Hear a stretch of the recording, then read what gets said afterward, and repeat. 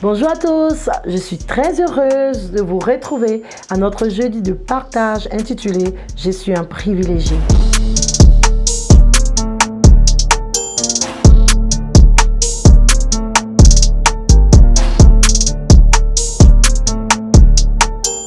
Aujourd'hui, nous allons parler de la ténacité ou de la persévérance dans la prière. Et nous allons lire Luc 18, verset 1.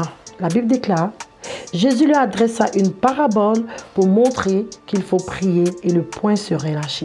Ne point se relâcher, ça dit tenir, persévérer. Mais nous savons tous que la prière est l'essence du croyant. C'est le moteur du croyant. Le fait de ne pas prier fait que nous n'avons pas de résultats dans notre vie chrétienne, dans notre marche avec le Seigneur. La prière donne des résultats. Mais très souvent, nous prions et nous attendons les réponses à nos prières et malheureusement, il n'y a pas de résultat.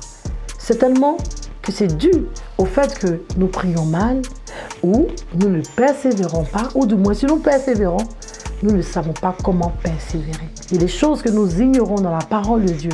Parce que la Bible déclare dans Matthieu 13, verset 23, que lorsque nous écoutons la parole de Dieu et que nous la comprenons, c'est là que nous portons du fruit. Comment donc persévérons-nous dans la prière?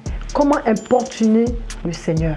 Chers bien-aimés, il s'agit de la ténacité de la foi. Il s'agit de la persévérance dans la foi. C'est-à-dire, lorsque nous formulons nos sujets de prière à Dieu, bien aimé, nous ne devons plus recommencer le même sujet. Lorsque nous mettons un sujet de prière devant Dieu, nous le rappelons avec les promesses qui nous disent dans la Bible que Dieu est fidèle. C'est lui-même qui nous a dit: demandez et vous recevrez. Il a dit qu'il pourvoira tous nos besoins selon sa richesse avec gloire en Jésus-Christ. Bien aimé, c'est la persévérance dans la foi.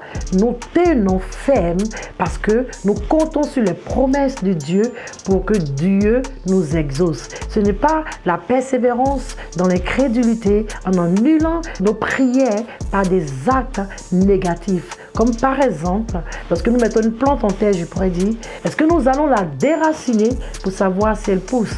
Si nous la déracinons, nous détruisons la plante. Et c'est exactement ce que nous faisons lorsque nous mettons un sujet devant Dieu et nous recommençons le lendemain le même sujet.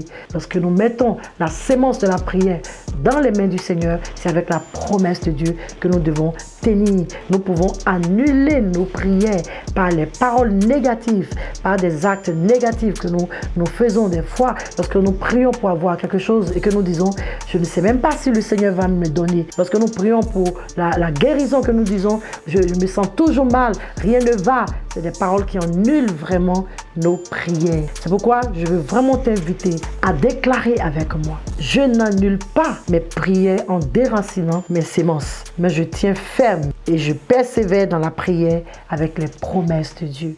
Ne n'oublie pas, tu es un privilégié, tu es béni. À jeudi prochain.